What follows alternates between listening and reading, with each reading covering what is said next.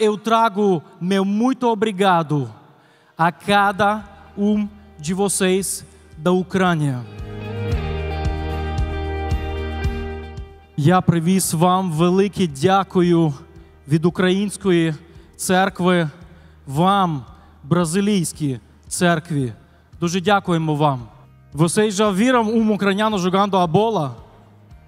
Aprendi com vocês. Na verdade, eu trago meu muito obrigado a cada um de vocês da Ucrânia. Para chegar aqui, eu percorri um longo caminho, saindo de um país que agora está em guerra, milhares de quilômetros, somente para trazer duas palavras para você.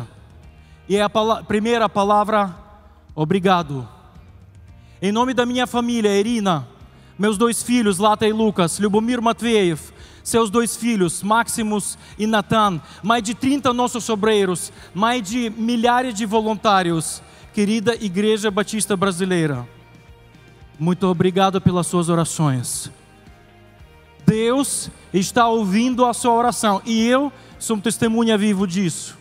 Eu quero agradecer a todos os pastores, colegas e amigos e principalmente aos nossos colegas missionários. Eu confesso a vocês, eu fui profundamente comovido também com a nossa sede, como os funcionários da junta.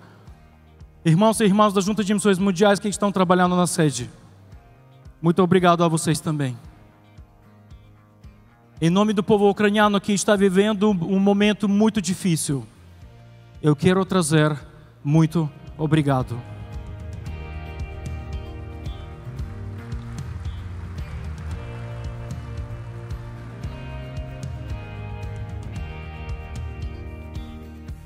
Nessa curta palavra que vou ter agora durante esses alguns minutos, eu quero destacar apenas 3 verdades. Primeira, sobre a fraqueza do ser humano. Segundo, sobre a grandeza de Deus. E terceiro, sobre a importância da igreja estar obediente à voz de Cristo. Porque somente nesse momento teremos a possibilidade de viver no poder de Deus. Dia 24 de fevereiro de 2022, mudou a nossa vida. Às 4 horas da manhã, o meu telefone tocou. Quando o telefone toca de madrugada, você já sabe que não é uma boa notícia. Foi meu irmão André, mais velho. Eu sabia que ele estava nas montanhas esquiando, é inverno na Ucrânia. Ele ligou para mim e falou as palavras: Anatoly, acorda, a guerra começou. Eu falei: que guerra? Você está falando de quê?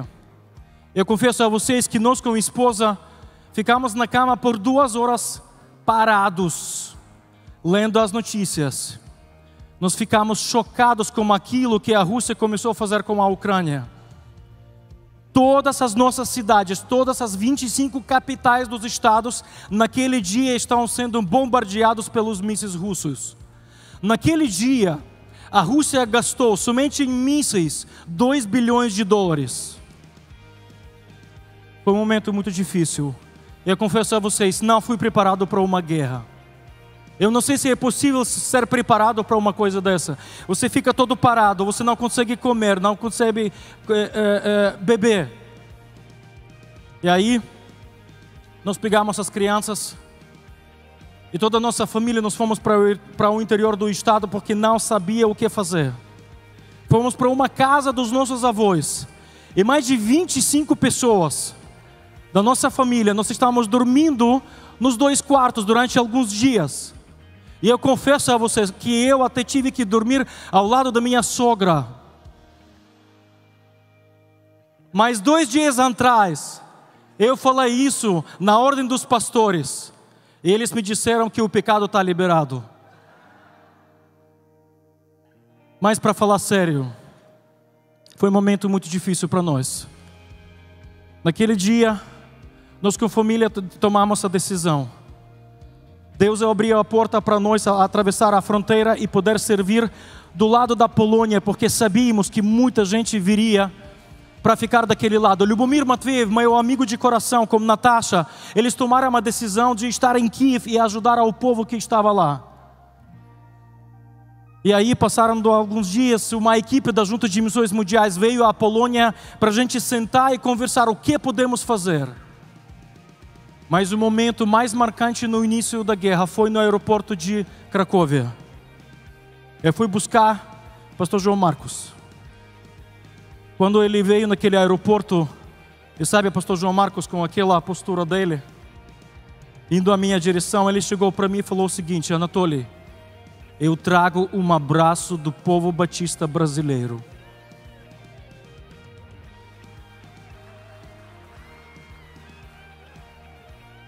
Não é uma palavra qualquer. Naquele momento, a primeira vez eu chorei de verdade. Pastor João, muito obrigado que o senhor veio. A Igreja Batista Brasileira, obrigado que você o enviou. Foi um momento muito importante para nós, porque a gente pôde tomar algumas decisões para poder entender como servir a esse povo, porque a gente, no início da guerra, a gente esperava que talvez vamos ter alguns milhares de refugiados. Mas na verdade, nós na Ucrânia tivemos 15 milhões de refugiados. Durante a guerra, nós, a igreja ucraniana, nós estamos em fase de aprendizagem. E eu queria compartilhar com vocês 4 pequenas lições que Deus está nos ensinando até hoje. Primeiro, para poder servir ao povo que está em necessidade, tem que descer do púlpito. Tem que deixar o seu orgulho, a sua roupa bonita, tem que descer do púlpito e trabalhar e servir para o povo. Aqueles momentos nós perdemos a noção da minha casa, do meu banheiro. Quando alguém ligava e falava, olha, nós temos uma família de 4 pessoas, ninguém perguntava se na sua casa tem espaço. Tem que abrir a porta. Meu carro, todo mundo começou a servir. E a gente aprendeu que é tão importante viver no poder do Espírito, e para isso tem que descer do púlpito. A segunda coisa, o pouco nas mãos do Senhor se torna grande. A quantidade da necessidade que nós passamos naquele momento, os irmãos não podem imaginar. Milhões de pessoas começaram a sair da parte central da Ucrânia, do sul da Ucrânia, para a parte ocidental, para poder fugir do país. Em 3 dias, nós não tivemos mais gasolina, todos os supermercados não tinham mais comida. E olha, gente, a gente não pediu nada. A Junta de Missões Mundiais, eu não sei onde eles conseguiram dinheiro, mas quando eles começaram a vir, toma aqui $10.000, e a gente usou aqueles $10.000 para comprar uma van. Por quê? Porque foi necessário levar refugiados da zona de conflito da cidade de Kiev até a cidade de Lviv. Pastor João, o senhor não sabe disso. Aquela van, só em 3 meses, fez 100 mil quilômetros para trazer mais ou menos 1.500 refugiados. Parece tão pouco, mas muita gente foi abençoada. Eu lembro quando na minha igreja, na cidade de Lviv, na Igreja Transformação, todo dia nós estávamos recebendo 50, 100 pessoas. Aí precisava dormir. Toda a igreja se tornou um espaço para dormir. Havia muita gente. Aí chegou uma senhora bem velhinha. Ela foi trazida lá da parte oriental. Ela procurou os nossos pastores, meu colega Victor, pastor João o conheceu. E aquela senhora chegou com uma sacola. Ela disse, o senhor é pastor? Eu trouxe isso para você. E o pastor Victor perguntou, mas o que tem lá dentro da sacola? Aí ela abriu e lá dentro tinha 80 mil grivnas. Moeda local. Naquela época era $5.000. E ela falou, toda a vida eu estava guardando esse dinheiro. Eu não preciso mais desse dinheiro. Você sabe o que fazer. Ao redor tinha tantas pessoas que precisavam de ajuda. Quando o pouco que a gente tem, mais consagra nas mãos do Senhor, Ele vai fazer a diferença. É uma segunda lição que a gente está aprendendo. É a terceira lição. Foi tão importante reavaliar dos valores, as suas prioridades. Eu lembro no momento quando André ligou para mim, meu irmão, e disse que começou a guerra. Sabe o primeiro pensamento que chegou na minha cabeça? Meu apartamento, o meu carro, a qualidade da minha roupa, tudo perdeu sentido em 1 minuto. E quando eu olhei para as minhas crianças e para minha esposa, eu entendi que a coisa mais importante que nós temos é a vida do ser humano. Jesus Cristo morreu pela vida do ser humano. Ele está aguardando que nós, como a igreja, sejamos obedientes à sua voz para viver no poder do Espírito Santo, para salvar essas vidas. E quarto, não é a nossa grandeza que faz diferença, mas o nome do Senhor Jesus. Quando eu olho para vocês, eu entendo, meus irmãos, que eu estou aqui, mas atrás de mim há um exército na Ucrânia, muitos dos nossos missionários, e eu apenas sou uma peça. Outro momento que marcou a minha vida foi o mês de outubro, agora. Pastor Alexandre veio, não sei onde ele está. Pastor Alexandre, cadê você? Nós estávamos fazendo mais um acampamento para as crianças com futebol. E eu aprendi durante a guerra a jogar a bola, viu, gente? Ele veio e quando eu busquei ele no aeroporto de Varsóvia, a gente estava seguindo a Ucrânia, porque já havia uma equipe de voluntários. Ele fez uma pergunta no carro. Sabe aquela pergunta que vale 1 milhão? Ele me perguntou: Anatoly, o que vamos fazer no período pós-guerra? Eu já me alegrei porque a conjunção do verbo fazer foi no plural. Vamos. Ele não me falou o que você vai fazer. Ele me disse o que nós vamos fazer. E sabe, eu não sabia o que responder para ele. Mas agora, alguns meses passando, orando, falando com minha esposa, falando com alguns colegas missionários, nós vemos e destacamos 4 áreas. E eu agora peço a vocês, irmãos e irmãs, se você está orando por nós, por favor, ore por essas 4 áreas. Nós somos muito frágeis nessas 4 áreas. Primeira área, crianças.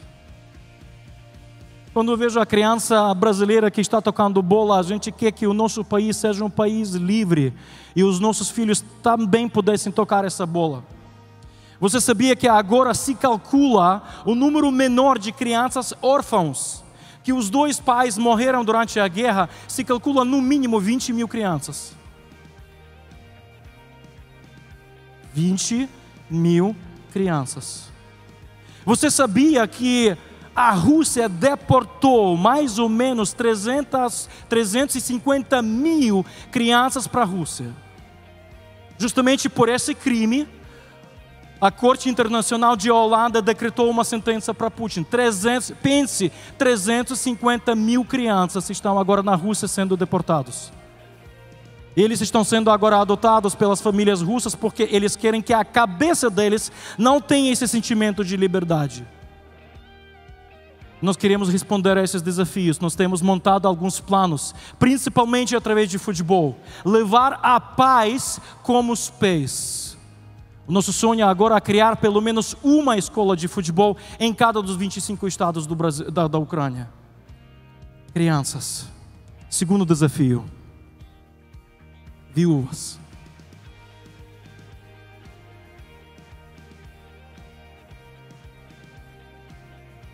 Nós sabemos o número de soldados mortos russos. A Ucrânia fornece esses dados. Você sabe quantos soldados russos já morreram na terra, na guerra?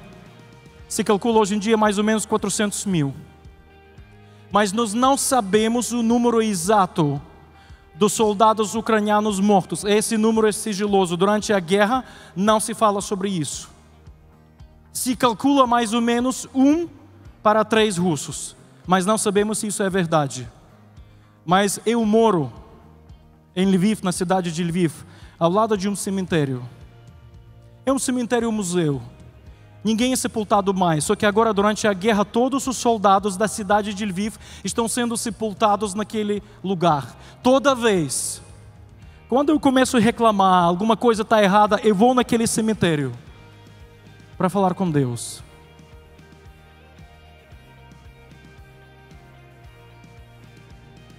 Nós não temos uma informação sobre a quantidade de viúvas. Mas todo dia, novos soldados mortos estão chegando para ser sepultados. A Igreja Batista Central de Lviv está fazendo um trabalho com viúvas.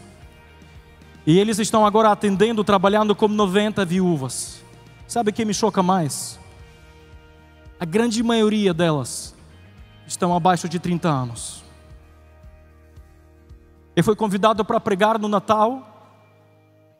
Eu pensei, puxa vida, o que eu vou falar para a viúva? Eu sou vivo, eu tenho a minha esposa. O que eu vou falar para elas? As viúvas. O segundo motivo, o segundo desafio. Terceiro desafio. Traumas. Sabe, quando você passa por um estresse, um acidente de carro, talvez uma morte de câncer de alguém da sua família, é uma dor profunda. Quem passou por isso, ou talvez os seus familiares, vocês sabem o que eu estou falando. Mas, gente, nós já estamos vivendo quase 700 dias de guerra. Mas, na verdade, muitos do Ocidente não sabem disso. A guerra na Ucrânia acontece não há 2 anos, mas 10 anos. Porque em 2014, a Rússia tomou a Península Crimeia e 2 estados.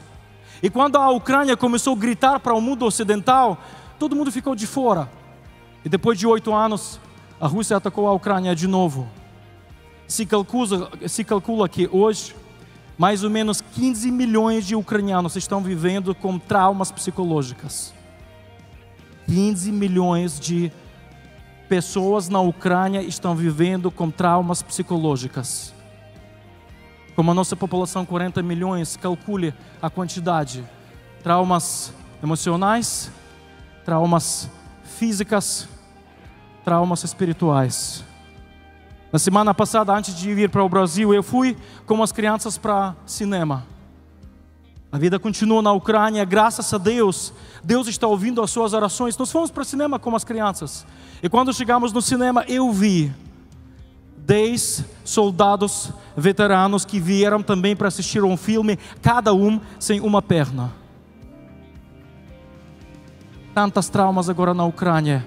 E nós temos que dar resposta a isso. E quarto e último desafio que nós temos. Talvez esse seja o mais difícil. Nós precisamos liberar o perdão. Porque a nação russa está fazendo muito doer o nosso coração. Porque todo dia milhares de pessoas estão sofrendo. Eu lembro no primeiro dia de guerra, ligou para mim o meu colega da Rússia, pastor, missionário. Seu nome é Pasha, Paulo. Ele me disse, Anatoly, o que a gente pode fazer por vocês? Eu falei, Pasha, vai para a rua, grita na rua e diz que nós estamos sofrendo. Vocês como a igreja se levantem. Sabe o que ele me disse? A gente não pode. Se a gente for gritar, os nossos templos vão ser fechados.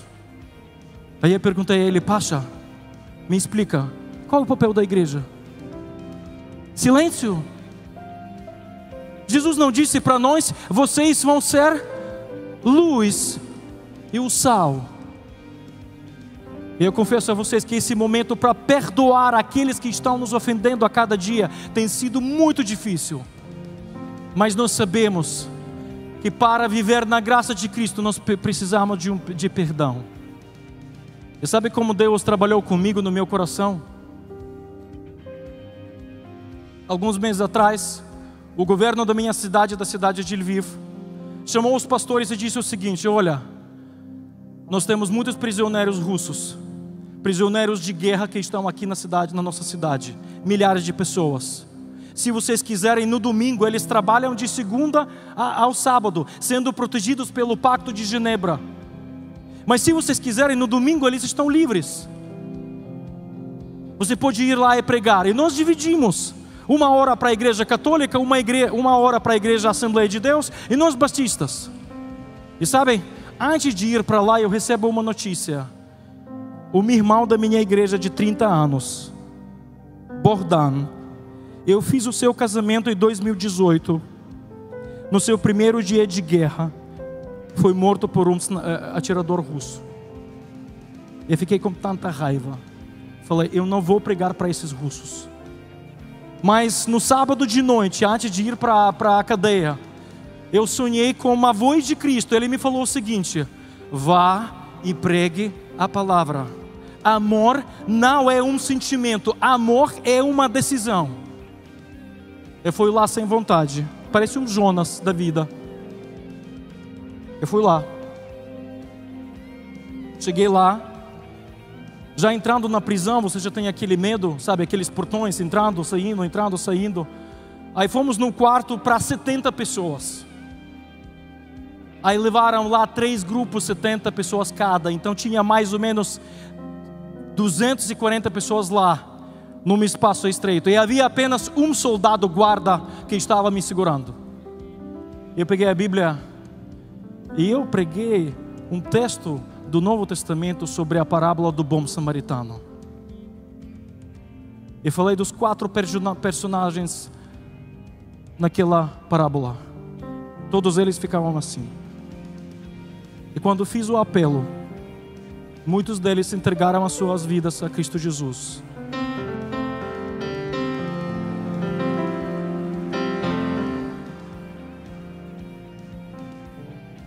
Do ponto de vista humano, isso é impossível. Mas graças ao poder de Deus e à oração da igreja, a gente pode fazer muito mais.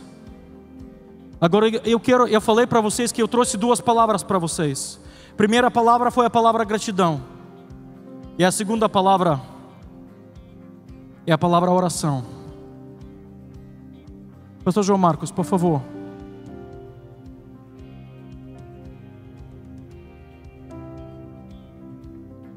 Eu trouxe aqui essa bandeira para vocês.